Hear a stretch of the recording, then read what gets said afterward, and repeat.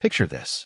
You're standing outside one of the world's most prestigious palaces, camera in hand, watching the legendary stoic guards who never move, never speak, never react.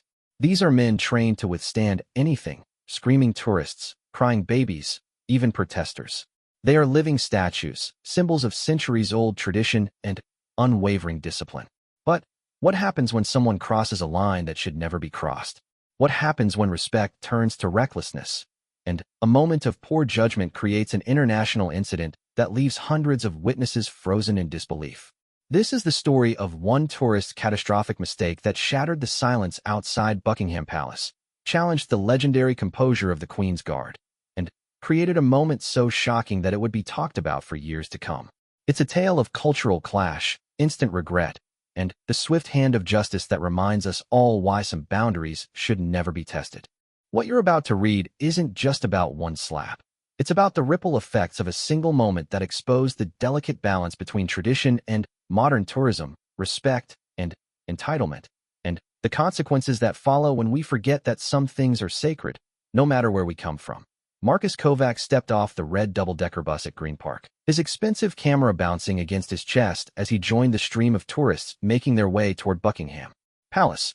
The Croatian businessman had been planning this London trip for months, meticulously researching every historic site, every photo opportunity, every Instagram-worthy moment that would prove to his friends back in Zagreb that he had truly experienced the grandeur of British royalty. The morning sun cast long shadows across the mall as Marcus approached the iconic black and gold gates of Buckingham Palace. He had arrived early, hoping to capture the perfect shot of the changing of the guard ceremony without the usual crowd of tourists blocking his view. His social media following had grown considerably since he started documenting his international business trips, and this London visit was meant to be the crown jewel of his travel photography portfolio. As he rounded the Victoria Memorial, the sight that greeted him took his breath away. The palace stood majestic against the clear blue sky, its neoclassical facade gleaming in the morning light. But what truly captured his attention were the two grenadier guards standing at attention outside the main gates. Dressed in their iconic red tunics and towering black bearskin hats, they stood perfectly still, their expressions hidden beneath the shadow of their headwear, their polished boots reflecting the early sunlight. Marcus had read about the Queen's Guard during his research, learning about their legendary discipline and unwavering composure. These weren't actors or performers. They were elite soldiers from some of Britain's most prestigious regiments, men who had served in conflicts around the world and now bore the honor of protecting the monarchy. Their ability to remain motionless for hours, regardless of weather, tourist behavior, or any other distraction, had become the stuff of legend. He approached the fence carefully, noting how other early morning tourists maintained a respectful distance while taking their photographs. The guards stood approximately 6 feet apart, their rifles held in perfect vertical alignment, their eyes fixed straight ahead.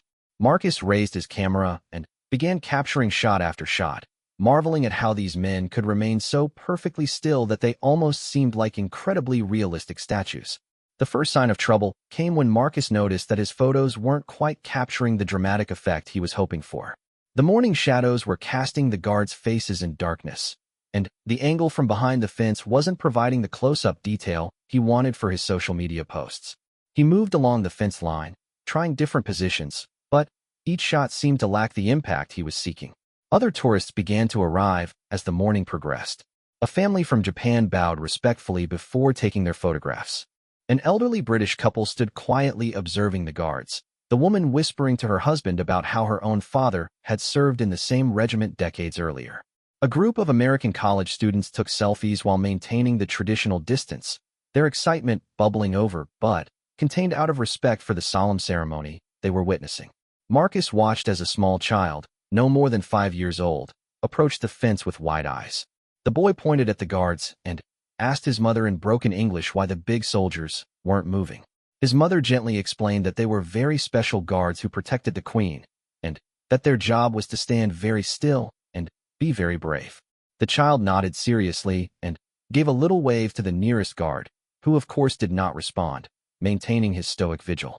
As the crowd began to thicken, Marcus felt his frustration growing. He had come here specifically for this moment, this perfect photograph that would capture not just the guards but the essence of British tradition and pageantry. His business success had always depended on his ability to seize opportunities and make bold moves when others hesitated, and he began to view this photographic challenge through the same lens. The Croatian businessman studied the guards more intently, noting every detail of their uniforms, their posture, their unwavering gaze. He had heard stories about tourists trying to make the guards break their composure, people making funny faces, telling jokes, even singing songs, but he had also heard that these attempts always failed. The guards were simply too well trained, too professional, too committed to their duty to be distracted by civilian antics. But Marcus wasn't thinking about making them break composure. He was thinking about getting closer, about capturing that perfect shot that would set his photographs apart from the thousands of other tourist photos taken at this spot every day. He began to notice that while the guards were positioned outside the main fence, there were certain angles where someone might be able to get closer without technically crossing any barriers. As he walked around the perimeter, Marcus observed the casual interactions between other tourists and the environment around the guards.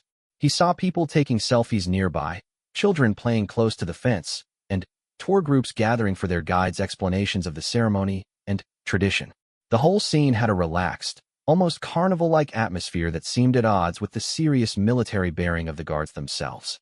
The businessman pulled out his phone and began researching more about the guards, reading about their training, their backgrounds, their role in British society. He learned that many of these men were combat veterans who had served with distinction in Afghanistan, Iraq, and other conflict zones. Their appointment to the Queen's Guard was considered a great honor, a recognition of their service, and their embodiment of the highest standards of military bearing. This research only served to increase Marcus's fascination with the guards and his determination to capture something unique. He began to formulate a plan in his mind, a way to get the close-up, detailed photographs he wanted while still maintaining what he convinced himself was an appropriate level of respect for the institution and the men who served it. As the morning wore on and more tourists arrived, Marcus noticed that the guards occasionally performed small, precise movements as part of their duty. They would occasionally shift their weight, adjust their grip on their rifles, or turn their heads slightly to scan their assigned area of responsibility. These movements were subtle, professional, and clearly part of their training, but they gave Marcus hope that perhaps these men weren't quite as statue-like as they appeared. The seed of his eventual mistake was planted during these observations. Marcus began to convince himself that the guards, being professional soldiers, would understand and appreciate a fellow professional's desire to capture their dedication and service in a truly exceptional photograph. He told himself that his intentions were honorable, that he was seeking to document and share the magnificence of British tradition with his audience back home. The morning crowd continued to grow, and Marcus found himself competing for the best photographic positions with dozens of other tourists. German families clustered around the fence, their children pressing their faces against the bars to get a better look at the guards. A tour group from China formed a precise line for individual photographs with the palace in the background. Street vendors began to appear, selling Union Jack flags and miniature guard figurines to eager tourists. In this bustling, international atmosphere, Marcus's sense of what was appropriate and what crossed the line began to blur.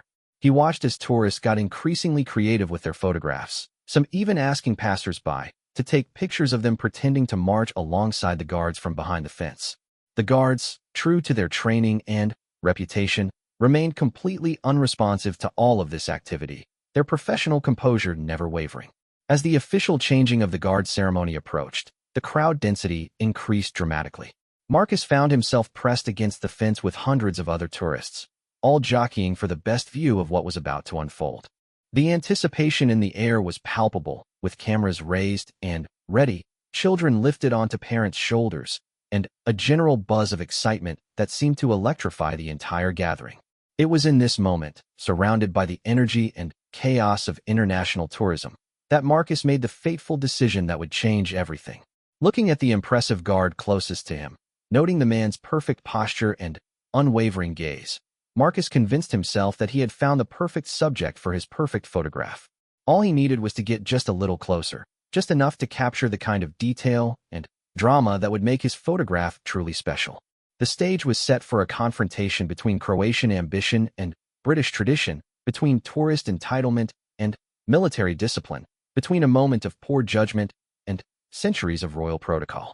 In the growing crowd outside Buckingham Palace, with hundreds of witnesses gathering for the ceremony, Marcus Kovac was about to make a decision that would echo far beyond his social media followers and create a moment of international incident that none of the gathered tourists would ever forget. The transformation in Marcus's thinking didn't happen all at once. As he stood among the growing crowd, watching the guards maintain their perfect stillness despite the increasing chaos around them, he began to rationalize a course of action that would have seemed unthinkable just hours earlier when he first stepped off the bus. It started with small observations that fed his growing conviction. Marcus noticed that the guards' positioning meant that there were small gaps in the tourist barriers, places where the fence didn't extend all the way to the guardhouse. He observed that other tourists occasionally stepped slightly beyond the traditional boundaries to get better photographs. And, while security personnel would politely redirect them, there didn't seem to be immediate, serious consequences for minor infractions.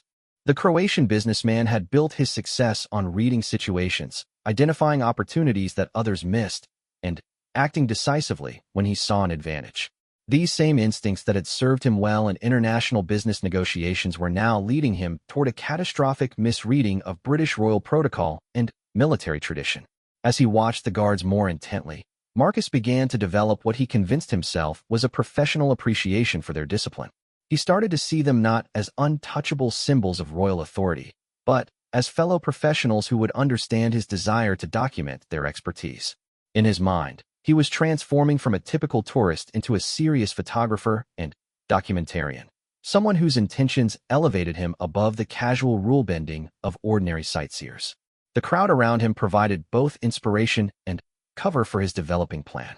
A group of French tourists had convinced a guard to look slightly in their direction by standing at the very edge of the allowed area and speaking in animated voices. The guard's eyes had flickered toward them for just a moment before returning to their forward gaze. But that moment had been enough for the tourists to capture what they considered a prize photograph. Marcus watched this interaction with growing excitement.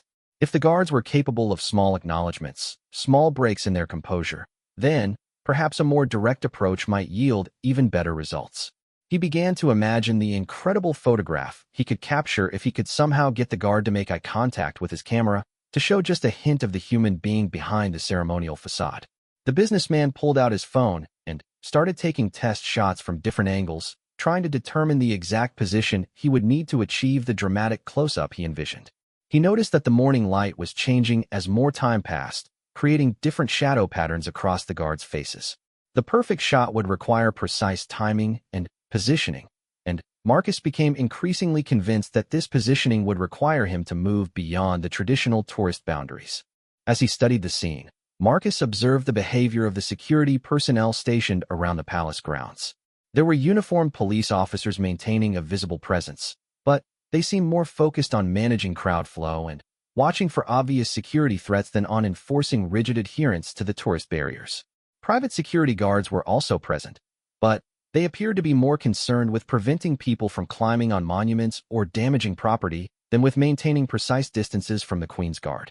This observation fed into Marcus's growing conviction that his planned approach was not only possible, but potentially acceptable.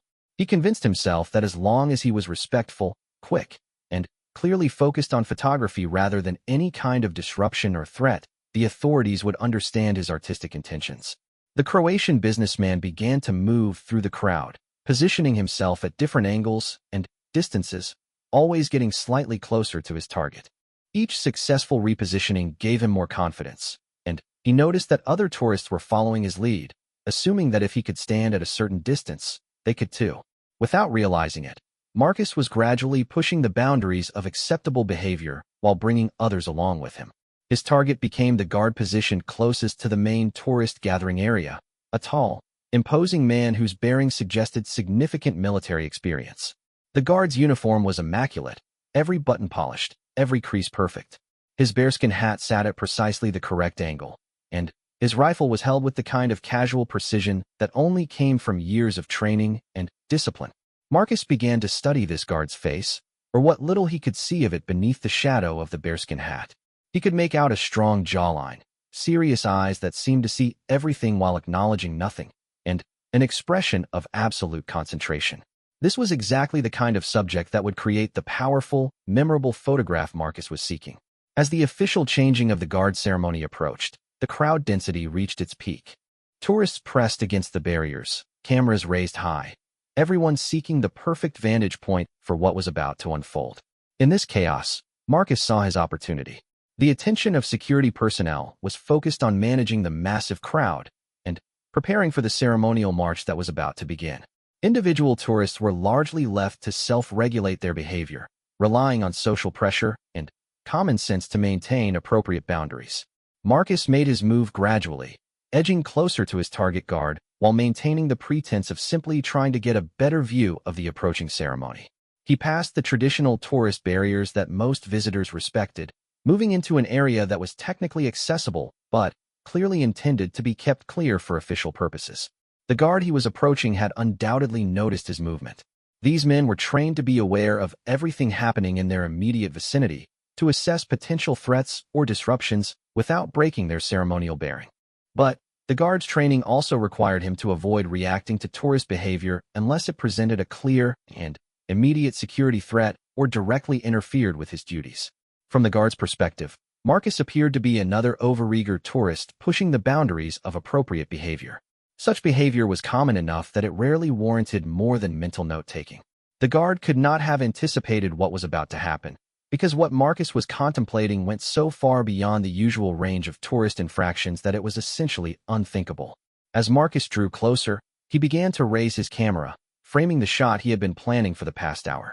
The guard filled his viewfinder, the morning light finally, hitting his face at the perfect angle to reveal the determined expression that Marcus wanted to capture. This was going to be the photograph that would set his social media posts apart, the image that would capture not just a tourist's glimpse of British pageantry, but a serious documentation of military bearing and royal tradition. But as Marcus looked through his camera lens, he realized that even this closer position wasn't going to give him the dramatic intimacy he was seeking. The angle was better, the detail clearer, but it still felt like a distant observation rather than the up-close character study he had envisioned. The photograph would be good, but Marcus had convinced himself that he needed something extraordinary. The businessman's competitive instincts, the same drive that had pushed him to success in his professional life, now pushed him toward a decision that would have devastating consequences. He began to rationalize an even more direct approach, convincing himself that a brief, respectful interaction with the guard would result in a truly exceptional photograph, while demonstrating his appreciation for the man's service and dedication. Marcus told himself that soldiers appreciated directness, that this guard would understand and perhaps even respect a straightforward approach from someone who clearly appreciated the difficulty and importance of his role. He imagined that a brief moment of acknowledgement, a quick exchange of mutual respect between professionals, would create exactly the kind of authentic human moment that would make his photograph truly special. The crowd around him was now packed shoulder to shoulder, everyone straining to see the approaching ceremony. Children were crying, tourists were pushing, and the general chaos provided what Marcus saw as perfect cover for his planned interaction. In the confusion and excitement, who would notice one photographer having a brief, respectful exchange with a guard? As Marcus raised his camera for what he planned to be his final series of shots, he made the decision that would change everything. Instead of taking the photograph from his current position and accepting the good but not great result he could achieve, he decided to make one more move, to cross one final boundary in pursuit of the perfect shot. The guard continued his stoic vigil, unaware that the tourist approaching him was about to shatter decades of peaceful interaction between the Queen's Guard and the international visitors who came to admire them. In Marcus's mind, he was about to create a moment of connection and mutual respect.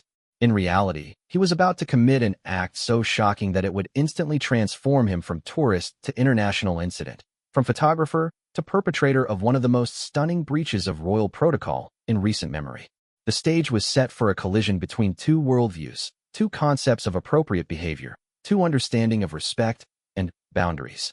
Marcus Kovac, driven by ambition and emboldened by misplaced confidence, was about to learn that some lines should never be crossed, regardless of how noble one's intentions might seem to be. The moment arrived with the kind of crystalline clarity that accompanies life-changing mistakes. Marcus stood within arm's reach of the Grenadier Guard, his camera raised, his heart pounding with excitement at the proximity to this symbol of British military tradition. The guard remained perfectly still, his training allowing him to register the tourist's inappropriate closeness while maintaining his ceremonial bearing. What happened next would be debated in online forums, analyzed by security experts, and remembered by every witness for years to come. Marcus, convinced that he needed just one moment of acknowledgement to capture the perfect photograph, made a decision that crossed every conceivable line of appropriate behavior. He reached out and slapped the guard's face. It wasn't a violent blow, but rather what Marcus later described as a gentle tap intended to get the guard's attention for his photograph. In his mind, he was simply trying to create a moment of eye contact, a brief acknowledgement that would humanize the stoic figure for his camera. But the reality of his action was far more serious than his intentions. The slap connected with the guard's left cheek with a soft but audible sound that seemed to echo in the sudden silence that fell over the immediate area. For a fraction of a second, time appeared to stop completely. The guard's head moved slightly with the impact, his eyes widening almost imperceptibly as his training warred with the shocking reality of what had just occurred. The witnesses closest to the incident couldn't immediately process what they had seen. Mrs. Eleanor Whitfield, a retired teacher from Brighton who had been watching the ceremony with her grandchildren, later told reporters that her first thought was that she must have misunderstood what happened. "You simply don't slap a Queen's Guard," she said. It's like slapping a statue in a cathedral. It's unthinkable." The guard's response was a masterclass in military discipline under the most extraordinary circumstances. Despite the shocking nature of the assault, he did not break his position, did not retaliate, did not even turn his head to fully face his attacker. His training, drilled into him through years of service and months of specific preparation for ceremonial duties, held firm even in this unprecedented situation. But the guard's stillness did not mean inaction. His eyes, visible beneath the shadow of his bearskin hat, locked onto Marcus with an intensity that conveyed both his professional assessment of the situation and his absolute commitment to his duty despite this outrageous interruption. Those who were close enough to see the guard's face would later describe the look as one of controlled fury mixed with unwavering professionalism. Marcus, having committed his act, suddenly realized the magnitude of his mistake. The guard's reaction, or rather, his lack of reaction, made it immediately clear that this was not the moment of mutual acknowledgement and respect that Marcus had somehow convinced himself it would be. Instead, he found himself face to face with a highly trained soldier who had just been assaulted while performing his duty to protect the crown. The camera that had motivated this entire sequence remained clutched in Marcus's hands, but the photograph he had been seeking was now the furthest thing from his mind. As the reality of his action hit him, his face went pale, his hands began to shake, and he stepped back from the guard with the dawning understanding that he had just committed an act that would have serious consequences. The crowd's reaction began as a ripple of confusion that quickly amplified into shocked murmurs and, then, increasingly loud expressions of outrage. The tourists who had witnessed the slap began to realize what they had seen, and their collective gasp created a wave of awareness that spread through the gathering crowd like wildfire. Did he just hit the guard? The question was asked simultaneously by dozens of voices in multiple languages as word of the incident spread through the crowd. German tourists began discussing what they had seen in rapid, agitated voices. A Japanese family stood frozen in place, their teenage daughter recording everything on her phone with wide, unbelieving eyes. The elderly British couple who had been quietly observing the ceremony earlier now found themselves at the center of a shocking breach of everything they held sacred about royal tradition. The man, a former military officer himself, stepped forward with obvious anger. "You absolute fool," he shouted at Marcus, his voice carrying the kind of authority that comes from a lifetime of service. "Do you have any idea what you've done?" Children in the crowd began to cry, not understanding what had happened but sensing the sudden tension and anger in the adults around them. Parents pulled their children closer, some beginning to move away from the immediate area as they sensed that the situation was about to escalate dramatically. The security response was swift but professional. Plainclothes protection officers who had been monitoring the crowd immediately began moving toward the incident location. Uniformed police officers stationed around the palace grounds were alerted through their radio communications, and, within seconds, multiple layers of security personnel were converging on Marcus's position. The guard himself remained at his post, demonstrating the highest levels of professional discipline. Despite being assaulted while performing his ceremonial duties, he did not abandon his position, did not break his bearing, and did not allow the incident to interfere with his primary responsibility of maintaining security around the palace grounds. His commitment to duty in the face of such an outrageous provocation would later be praised by military officials and used as an example of the exceptional standards expected of the Queen's Guard. Marcus, now surrounded by increasingly hostile tourists and aware that security personnel were rapidly approaching, began to realize the full scope of his mistake. What had seemed like a reasonable plan just moments earlier now appeared as the catastrophic failure of judgment that it actually was. The businessman who had built his success on reading situations and making smart decisions had just made perhaps the worst decision of his life in one of the most public and consequential settings possible. The photographer's instincts that had driven him to this moment now completely abandoned him. Instead of the confident professional documenting British tradition, Marcus had become a confused tourist who had just committed an assault on one of the most respected symbols of the British military. His expensive camera felt heavy in his hands, a reminder of the photographic ambitions that had led him so far astray. The crowd continued to grow more agitated as the full scope of what had happened became clear. British tourists in particular were expressing increasing outrage at what they saw as a fundamental violation of their national institutions. Comments like absolutely disgraceful and utterly disrespectful could be heard throughout the gathering, along with more colorful expressions of anger from those who felt personally offended by the assault on the guard. International tourists were equally shocked, but their reactions often included amazement at the guard's composure. A group of American college students stood open-mouthed, one of them commenting, "That dude just got slapped and he didn't even move. That's incredible." Their amazement at the guard's discipline was mixed with obvious disapproval of Marcus's actions. The incident had also been captured on multiple cameras and phones. In an age where every tourist moment is documented and shared, the slapping of the Queen's Guard was being recorded from multiple angles by dozens of witnesses. These recordings would soon make their way to social media platforms, news outlets, and viral video compilations, ensuring that Marcus's moment of poor judgment would be preserved and shared around the world. As security personnel closed in on his position, Marcus began to understand that his London vacation was about to take a very different turn than he had planned. The successful businessman who had arrived that morning with plans for a perfect photographic documentation of British royal tradition now found himself at the center of an international incident that would overshadow any professional achievements he had accomplished in his career. The guard continued his duty, a living embodiment of the discipline and professionalism that Marcus had thought he was honoring with his photograph. The irony was not lost on the more perceptive witnesses. In attempting to capture the guard's dedication, Marcus had instead created the ultimate test of that very dedication, a test that the guard was passing with flying colors while Marcus failed spectacularly. The moment of the slap had lasted only seconds, but its consequences would extend far beyond this single morning outside Buckingham Palace.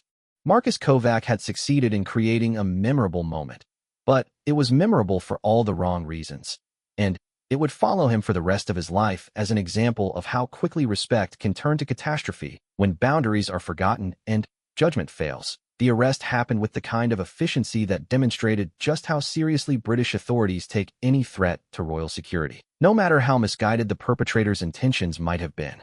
Within 90 seconds of the slap being delivered, Marcus found himself surrounded by a coordinated team of plainclothes protection officers, uniformed police, and palace security personnel who had materialized from their positions throughout the crowd with practiced precision.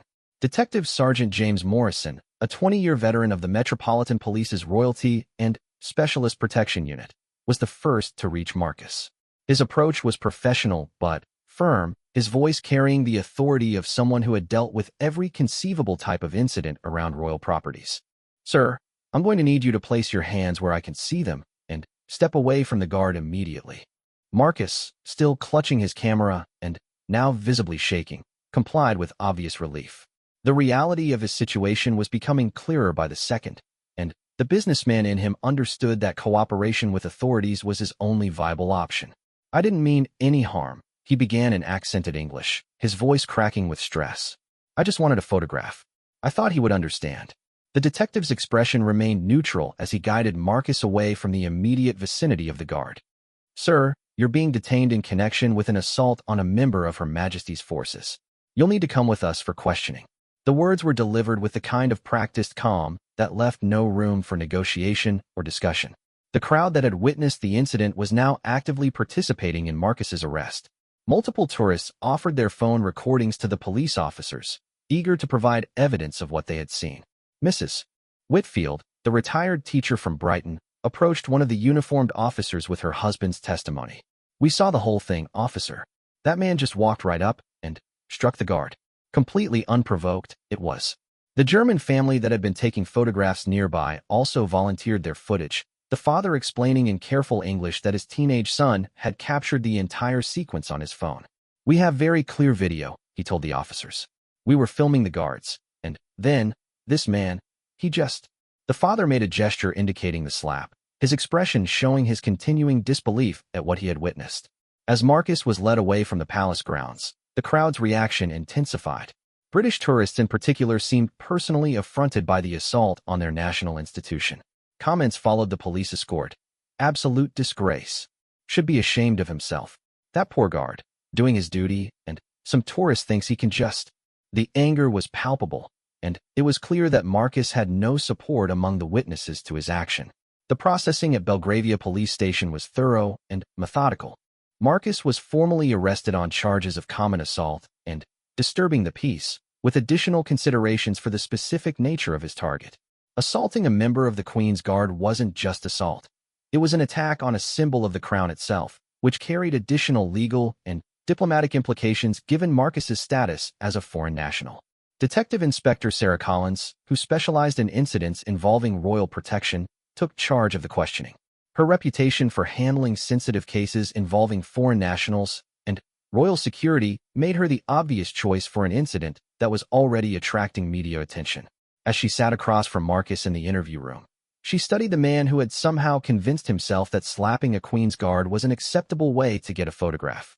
"Mr. Kovac," she began, her voice professional but tinged with the kind of incredulity that comes from 20 years of police work and never having seen anything quite like this.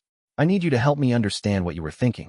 You've just assaulted a serving member of the British Armed Forces while he was performing ceremonial duties at Buckingham Palace. This isn't a minor tourist infraction.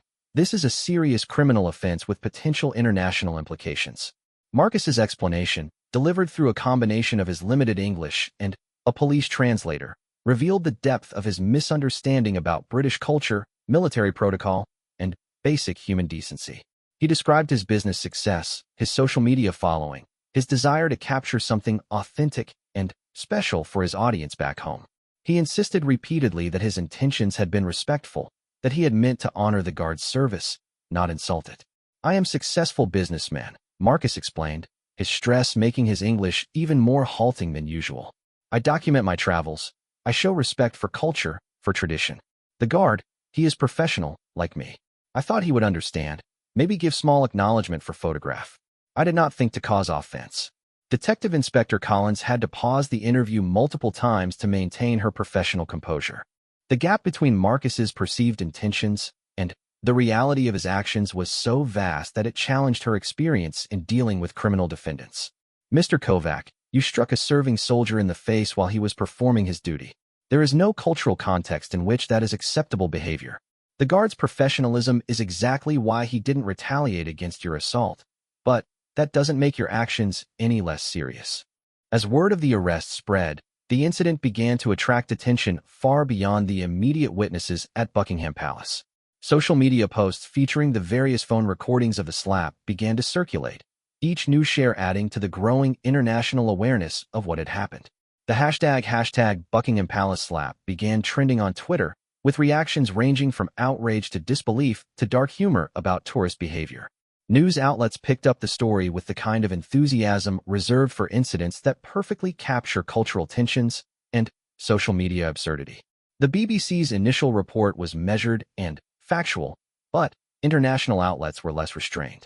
"Croatian businessman slaps Queen's Guard for Instagram photo" became a headline that appeared in various forms across European and international media. Back at Buckingham Palace, the incident had minimal impact on the day's ceremonial schedule, which was exactly as it should have been. The guard who had been slapped continued his duty without any visible effect from the assault, demonstrating the kind of professional resilience that had made the Queen's Guard legendary in the first place. His colleagues treated the incident as an unusual but manageable disruption, the kind of tourist behavior that their training had prepared them to handle. The palace's official response came through carefully measured statements from the press office. "We are aware of an incident involving inappropriate behavior toward one of our guards," the statement read. "The individual responsible has been arrested by the Metropolitan Police, and we have full confidence in their handling of the matter. Our ceremonial duties continue unaffected." Meanwhile, at the police station, Marcus was beginning to understand the full scope of the consequences he was facing.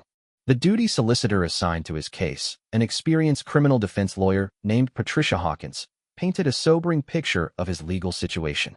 "Mr. Kovac, you're looking at criminal charges that could result in a fine, community service, or even a brief custodial sentence. More seriously, this incident could affect your ability to travel internationally, your business reputation, and your status as a foreign national in the UK."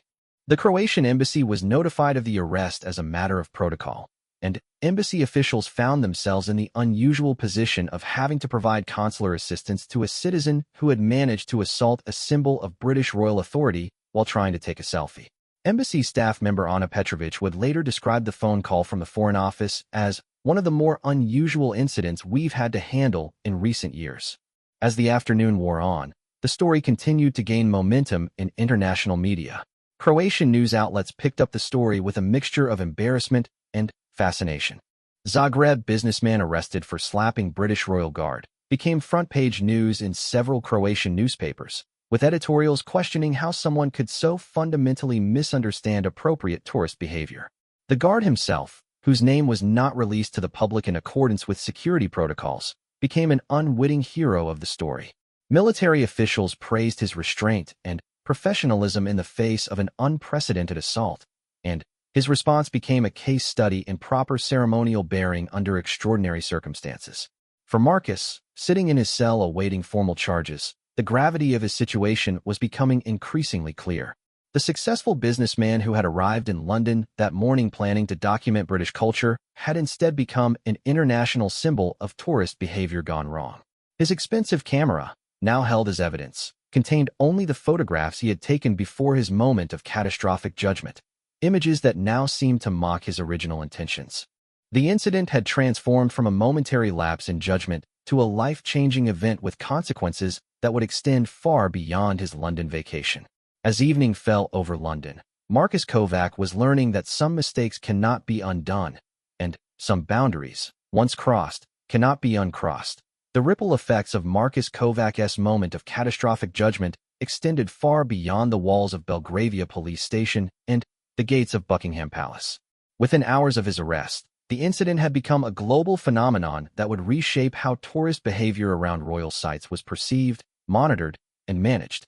The first major consequence came through social media, where the various phone recordings of the slap had been compiled into a viral video that accumulated millions of views across multiple platforms. The footage showed the incident from multiple angles, creating a comprehensive record of Marcus's approach to the guard, the delivery of the slap, and the immediate aftermath. Commentary ranged from outrage at the disrespect shown to the guard to amazement at the soldier's composure under assault. Dr. Amanda Richardson, a cultural anthropologist at King's College London who specialized in tourist behavior and cultural boundaries, found herself fielding interview requests from international media outlets seeking to understand how such an incident could occur. "What we're seeing here," she explained to BBC News, "is a perfect storm of cultural misunderstanding, social media pressure, and the erosion of traditional boundaries between observers and observed."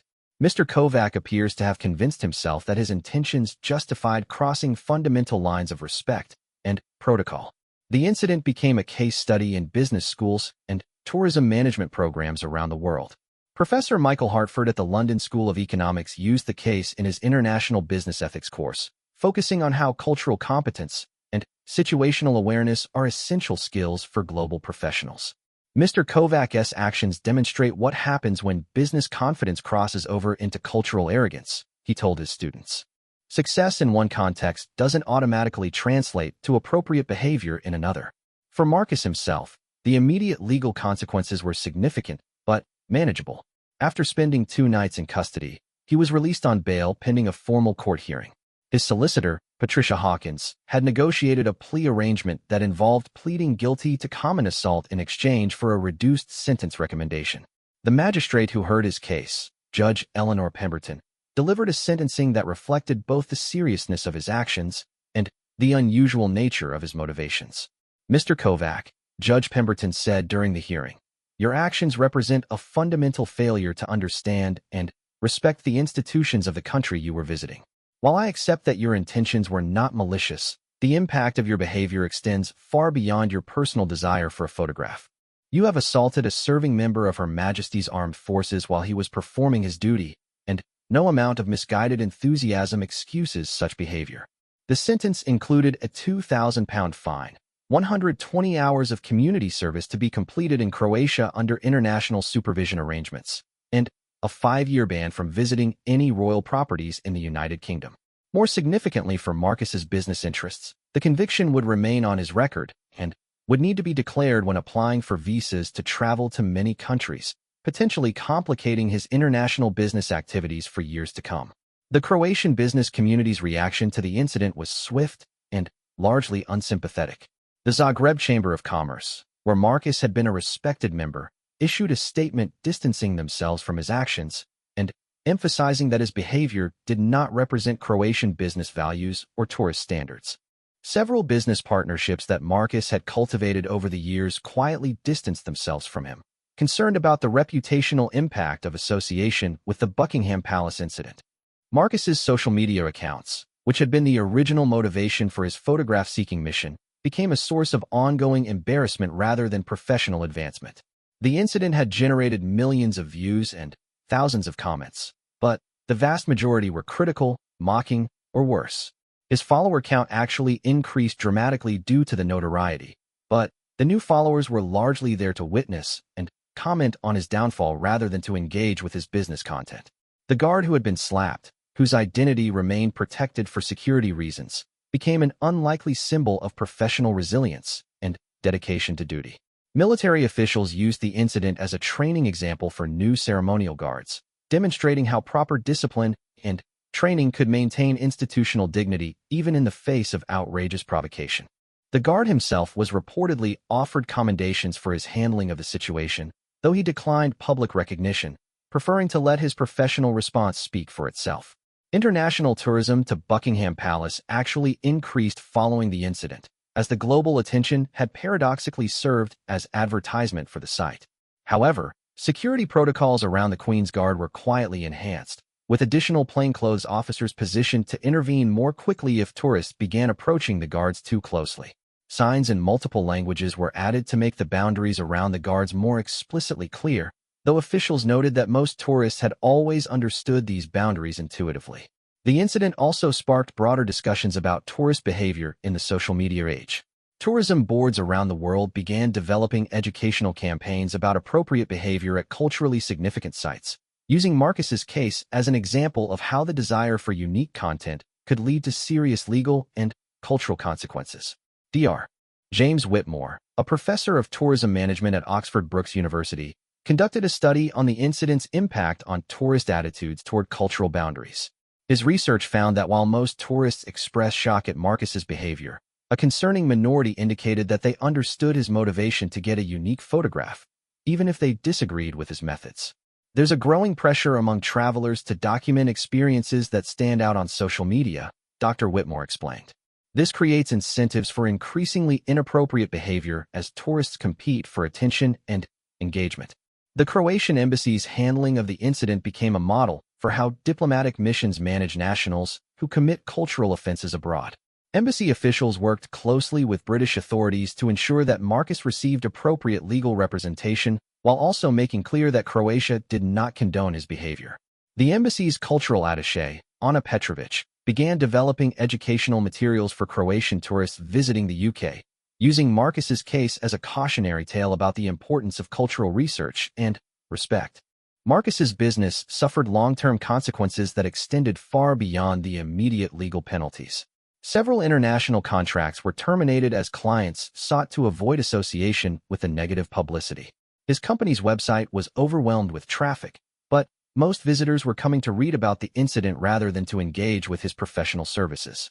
The businessman who had sought to enhance his international profile through travel photography had instead become known worldwide for one of the most spectacularly inappropriate tourist incidents in recent memory.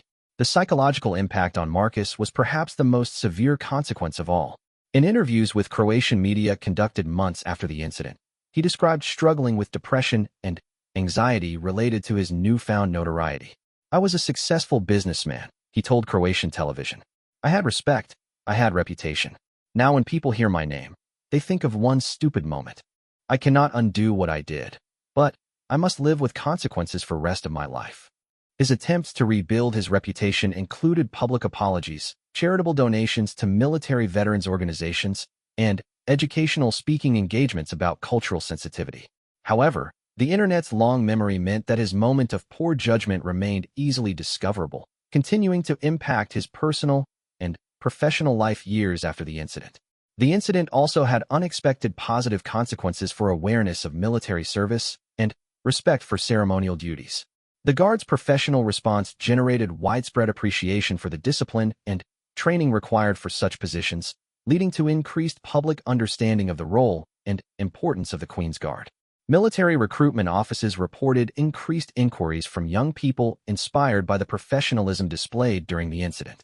As years passed, the Buckingham Palace slap became part of tourism folklore, referenced in guidebooks and tourism education programs as an example of how not to behave when visiting cultural sites. Marcus Kovac's name became synonymous with tourist behavior gone wrong, a cautionary tale told to travelers around the world about the importance of respecting local customs and institutional boundaries. The Guard continued his service with distinction, eventually receiving promotion within his regiment. He never spoke publicly about the incident, maintaining the same professional discretion that had characterized his response to the assault. His handling of the situation became legendary within military circles, an example of how proper training and personal discipline could maintain institutional dignity under the most unusual circumstances. For Marcus, the incident served as a permanent reminder that in our interconnected world, a single moment of poor judgment can have consequences that extend far beyond what anyone might imagine. His quest for the perfect photograph had resulted in a perfect storm of legal, professional, and personal consequences that would follow him for the rest of his life, a sobering lesson about the price of crossing boundaries that should never be crossed, regardless of one's intentions or ambitions.